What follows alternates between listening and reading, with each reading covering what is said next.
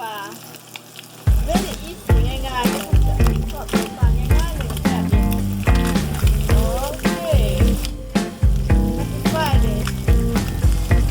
สันซุปจะได้ง่ายๆเลยง่ายๆทอดส้มปลาง่ายๆเลยแซ่บเองทอดส้มปลาสุกแล้วง่ายเลยนะสุกแล้วทอดบางพริกกรอบแซ่บเผ็ดแซ่บกรอบดี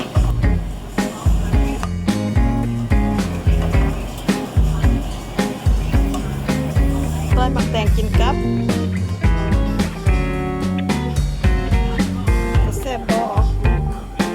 สีอาหาร อาหารบ่ตุ้ยกินแล้วบ่ตุ้ยหมักแตง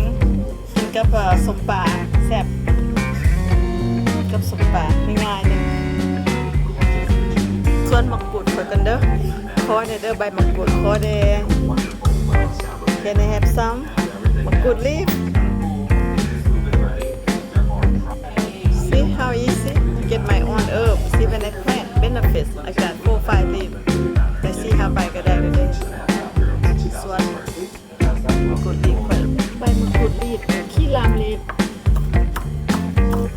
ผัดได้กินผัดเลย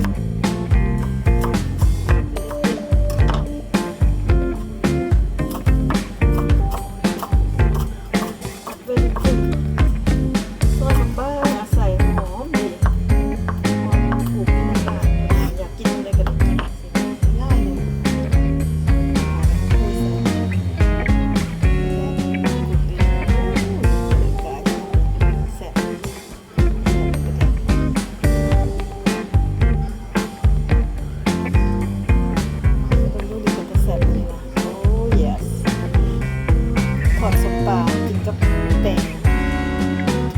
ทอดบักพริกกรอบใส่ขี้หูดซอยใส่อยู่ในปลูกในบ้านตัวเองง่ายๆนึงมันดูเป็นตะแซ่บของคุณเจ้าเป็นตะแซ่บเฮ็ดกินได้ง่ายๆนึงเฮ็ดเอาเฮ็ดเข้าไปตู้เย็นเขากินบ่เป็นเข้าฟรีเซอร์ยามอยากกินก็เอามาทอดสิง่ายๆนึงอาหารแบบบ่ตุ้ยTime to eat ข้าวหนึ่งข้าวเหนียวยังบ่หอดเวลากินแล้วหนึ่งข้าวเหนียวเฮากินแล้วโอเค why happy Friday cheers Friday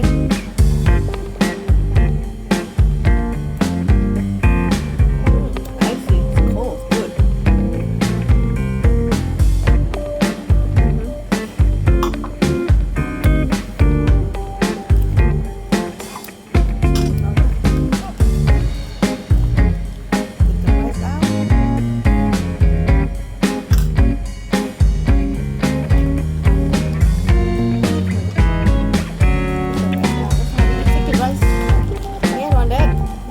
So you clean your hand, that's it.